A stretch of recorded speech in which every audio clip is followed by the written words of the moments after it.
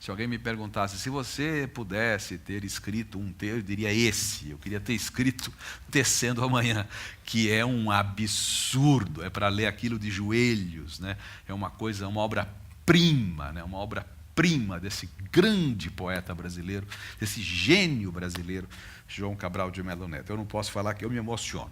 Mas começou com algum jornalista que colocou no seu blog uma informação horrorosa do tipo: o MEC adota livro que ensina errado. Os fios de galo, né, que com outros galos se cruzem, diz o poema. Então o galo cantou aqui, o outro galo cantou lá, o fio desse galo foi juntando com o fio do outro, do outro, do outro. Ninguém leu o livro. E fizeram editoriais nos jornais. Foi o diabo. A televisão fez um escândalo, e não sei o quê, e papapá, um bafafá dos infernos. Senadores da República convocaram o ministro da Educação, o atual prefeito de São Paulo, que foi corajosíssimo, porque ele foi ao Congresso e botou o dedo na cara de um senador. O senador, o senhor não leu o livro. Pelo que o senhor está dizendo, o senhor não leu o livro. Leia o livro, senador.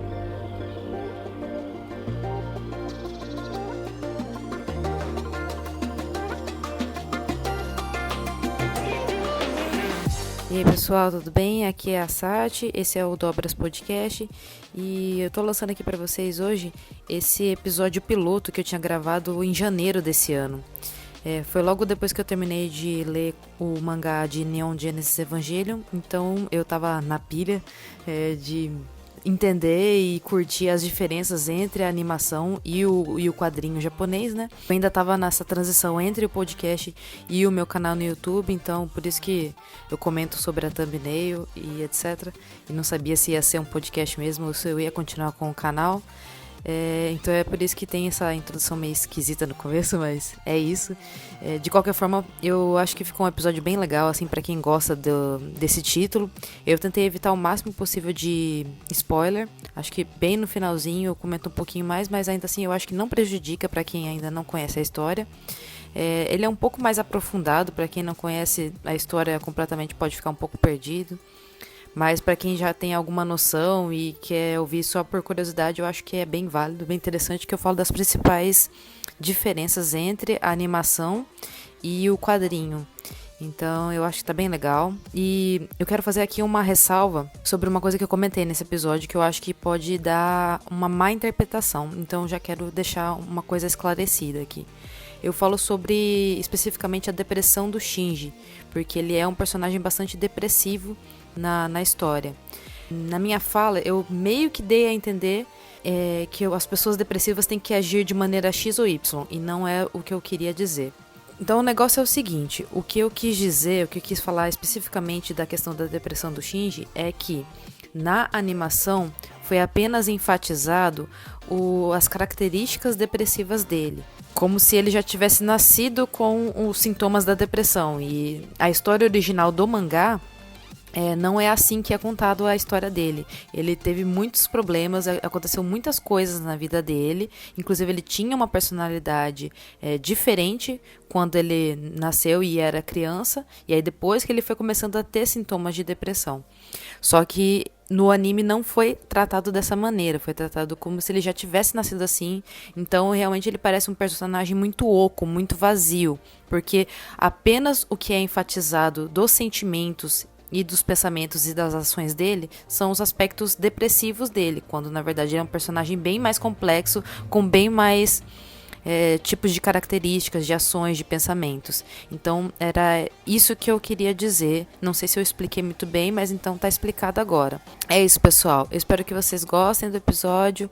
Evangelho é um anime incrível. O anime e o mangá são muito bons, cada um nas suas particularidades. Eles são incríveis. Vale a pena para quem não conhece ler ou assistir. E é isso. E aí, pessoal, beleza? Estamos aqui com um formato novo que é eu ainda não sei exatamente o que é, se vai ser um podcast ou se vai ser um vídeo, mas enfim, quero comentar algumas coisas com vocês das minhas últimas experiências de entretenimento. E como vocês podem ver na imagem, tem a ver com Evangelion, né? O nome completo em inglês é Neon Genesis Evangelion. É um anime bastante antigo, mas que é um dos meus preferidos e queria comentar algumas coisas com você sobre ele. Bom, o Evangelion, foi lançado no Japão em 95.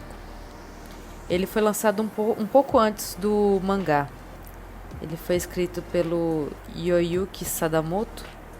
O anime ele foi exibido só por 2 anos, né, entre 95 e 96.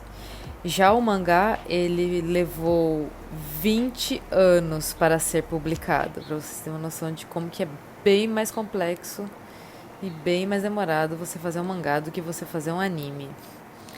Para quem não conhece Evangelion, eu não vou contar a história completa aqui, não vou fazer sinopse nem nada, porque eu acho que já deve ter bastante vídeo sobre isso na internet, se vocês quiserem dar uma procurada. Vou falar bem por cima, mas o principal personagem é o Shinji Ikari, e é basicamente um ambiente pós-apocalíptico, né? Onde tem essa organização chamada NERV, ela é feita especialmente para evitar o terceiro impacto, que seria o fim do mundo, basicamente. E a história é bastante complexa, tem bastante coisa envolvida, bastante organização, né, tanto japonesa quanto internacional, criada pelo mangá e pelo anime. Tem bastante personagem, cada um deles tem um papel diferente na história, mas o principal é o Shinji. Então, uma das coisas que eu gosto bastante na história em si é que tem bastante complexidade. Eu particularmente gosto de histórias assim, que são bastante complexas, que você pensa que é uma coisa e na verdade é outra, né? E você vai descobrindo isso com o tempo, então eu gosto bastante desse tipo de história. E é um complexo sem ser forçado. Tem uma história que eu acho que é muito original. Eu nunca vi nada do tipo ser feito, tanto dentro quanto fora do Japão. E por causa disso que eu acho bastante legal. E ele é bastante polêmico também. Porque ele inteirinho, a história inteira navega pela religião cristã.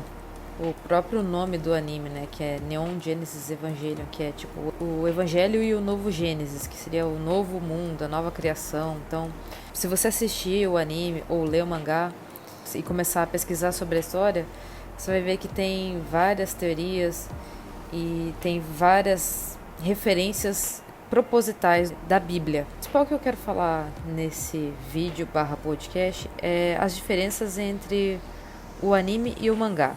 O anime, ele teve só 2 anos de existência, então, como vocês podem imaginar, ele acabou muito antes do que o mangá. O mangá foi lançado em 94 e ele terminou até recentemente, 2014 foi lançado o último volume dele, né? São 14 volumes. Então, é muita história e é lógico que não foi retratada de uma maneira que eu acho que foi, assim, o essencial para eu gostar muito mais do mangá do que do anime. Primeiro porque o anime ele foi dirigido por Hideaki Anno e eu acho que o anime ele teve muito mais o dedo do Hideaki Anno, né? A direção é dele, então eu acho que a história ficou mais com a cara dele do que com a história original, que é do Sadamoto. E vocês vão entender por que eu tô falando isso. Primeiro de tudo, qual que é a principal diferença para eu gostar muito mais do mangá do que do anime? O personagem principal, o Shinji, ele na verdade isso equivale a todos, mas eu vou dar o exemplo do Shinji.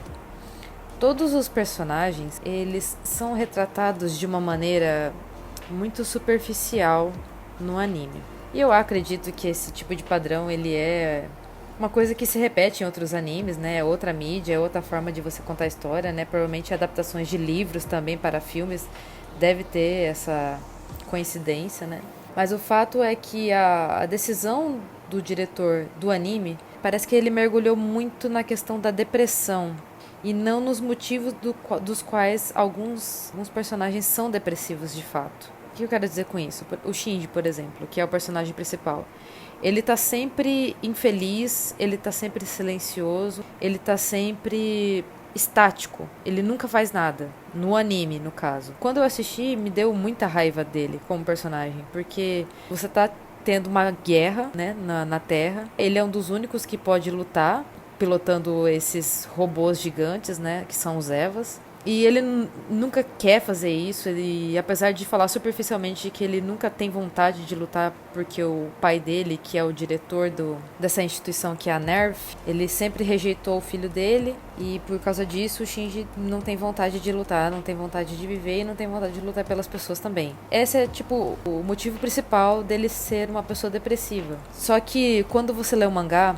e isso eu descobri recentemente, eu li o mangá em 2 semanas, porque é realmente uma história que acho que dá pra mergulhar bem e você tá sempre querendo ver o que vai acontecer depois. Então dá pra você ler rapidamente. Quando você lê o mangá, você entende por que o Shinji é desse jeito. E ele também...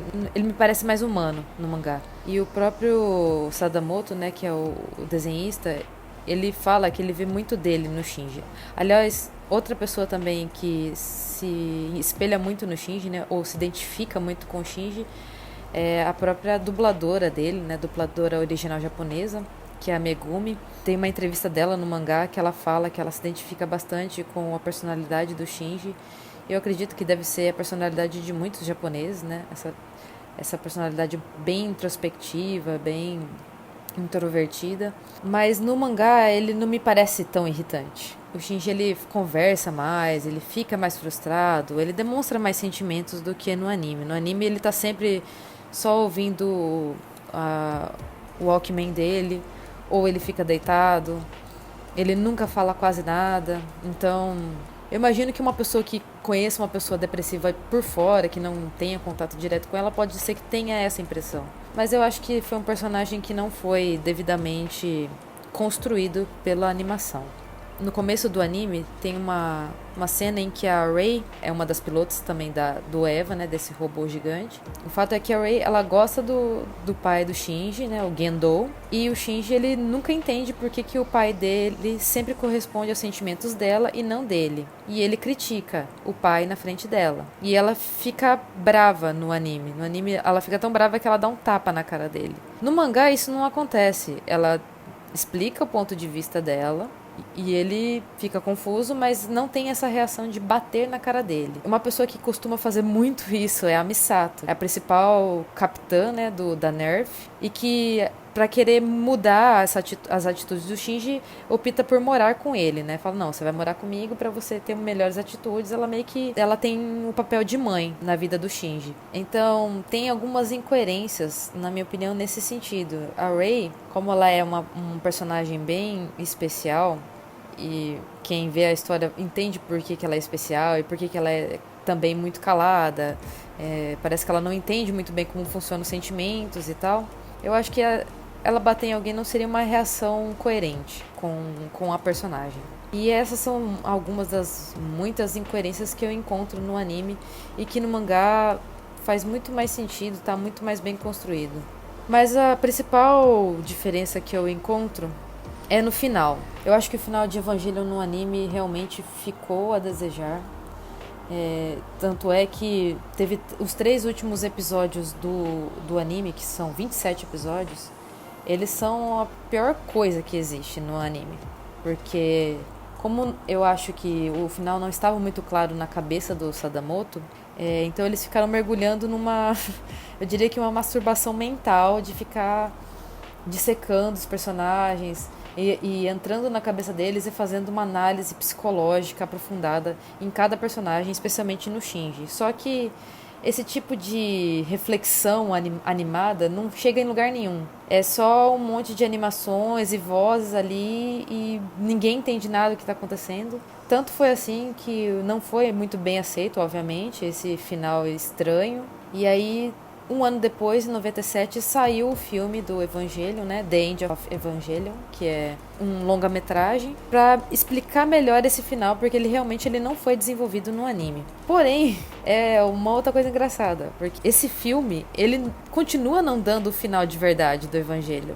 Eu acho que, de novo, não sei qual que foi a comunicação entre o diretor, o Ano, e o autor da história, que é o Sadamoto. O que eu sei é que teve mais desenvolvimento na história, mas ainda assim ela foi concluída de uma maneira muito esquisita. Quem assistiu sabe do que eu tô falando. As coisas continuaram não explicadas e teve ainda mais um pouco daquela análise psicológica do personagem e que não levou a lugar nenhum novamente, né? E por muito tempo eu fiquei com esse final na cabeça, né? Eu assisti lá pro começo dos anos 2000 e já gostei muito. Apesar de todos esses problemas na história e da construção dos personagens, é um anime que é muito bem animado, muito bem desenvolvido em termos de técnica. Os dubladores são muito bons mesmo.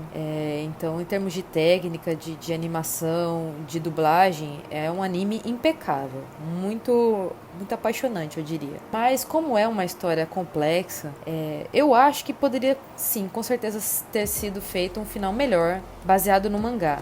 Mas como são mídias diferentes, e acredito que interesses comerciais até, inclusive, diferentes, acabou não se concretizando, né? Um personagem que foi completamente subestimado pelo anime e que ele é muito mais bem desenvolvido no mangá é o Kaworu, né? Ele é um dos anjos, por sinal.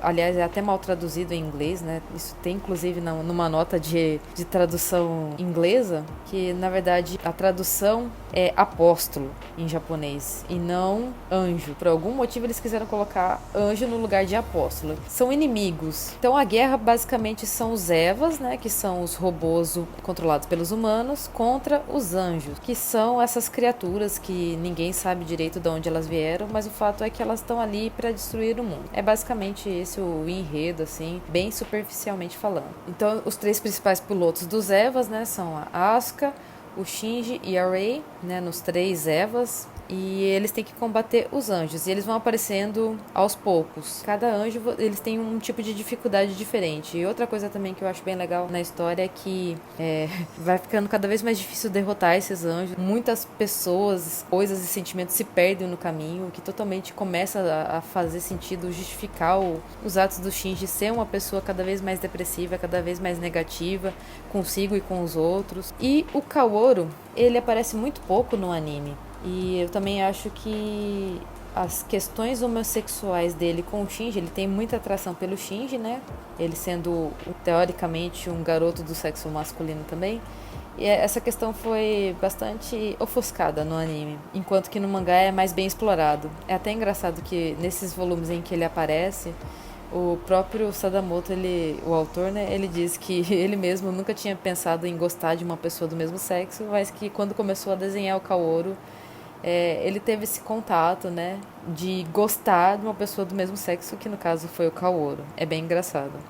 Então, e o desenvolvimento do Kaworu em toda a história é muito diferente no anime e no mangá. Uma pessoa que eu gosto, uma das coisas que eu gosto na história de Evangelion é que as mulheres, elas têm um papel muito importante na história. Nós temos a Capitã Katsuragi, Misato, né? E ela é muito forte, ela é muito inteligente e ela faz praticamente tudo dentro da NERF, né? Ela sabe atirar, ela sabe lutar e ao mesmo tempo ela é uma das principais cabeças ali da instituição, ela que dá as principais ordens. Dentro da história tem todo um porquê também do porquê que as mulheres são tão fortes assim, né? O que é bem legal. Nós temos também a cientista Ritsuko, que é a principal cientista dentro da história, né? Dentro da NERV. Ela ao mesmo tempo que ela é uma cientista computacional, ela também entende muito de biologia, de computação, de programação. Então, tem esses elementos que são, eu diria que são um pouco inéditos dentro de uma história de mangá e de anime, né? Como a gente bem sabe, né, o Japão, ele é um país bastante machista, não sei se vocês sabem, mas estão sabendo agora. E isso, inclusive, ele às vezes aparece um pouco na história também. Quando conta um pouco da história do pai do Shinji, que é o Gendo, tem uma prática que é muito comum no Japão e que eles mostram nesse mangá, que às vezes você tem um nome de família muito importante lá dentro, mas acaba não tendo herdeiros homens. Então, o pai dessa família acaba adotando como filho o seu genro. Então, no caso, nós temos a mãe do Shinji, que é a Yui, e só tem ela como filha. Então, ele pegou e o pai dela adotou o seu genro, né, que é o Gendo, como herdeiro, e aí ele mudou o sobrenome dele, né? Como dita a herança cristã, né? Geralmente quando você casa um homem com uma mulher, a mulher que tem o costume de mudar o sobrenome para o homem, e não o contrário. E nesse caso foi o contrário, o Gendo, ele mudou o sobrenome dele para Ikari, porque ele que se tornou o herdeiro da família Ikari. E com isso ele que ficou sendo o dono mesmo da Nerf. Então tem algumas coisas nesse sentido, né? Um pouco patriarcal, machista mesmo. Mas ao mesmo tempo nós também temos essas personagens muito importantes durante a história, especialmente a Misato e a Ritsuko. E é uma das coisas que eu gosto na história.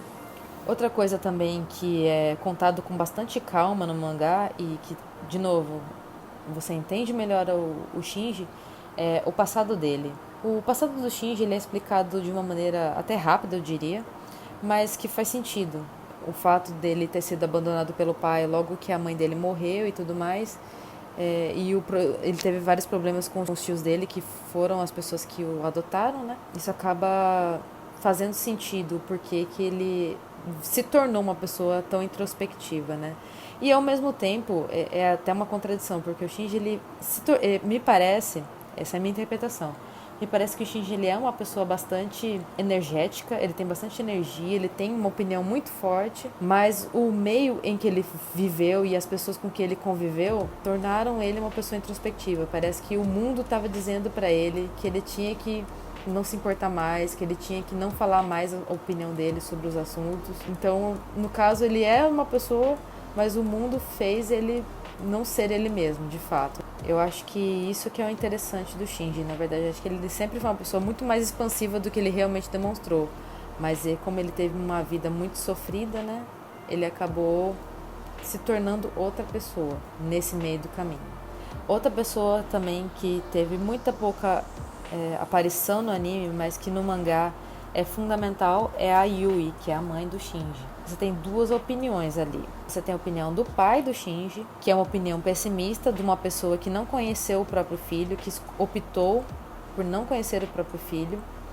E você tem a opinião da mãe dele, que apesar de ter morrido muito cedo, ela já conhecia o filho, sabia do que ele era capaz, sabia qual que era a verdadeira natureza dele. Então a opinião dela é uma opinião mais otimista. Uma das coisas que eu mais gosto nos mangás, nas histórias japonesas, é que eles fazem umas retrospectivas muito boas. Tem vários mangás que eu já vi esse tipo de elemento. E é feito de uma maneira muito competente, muito tocante, muito emocionante.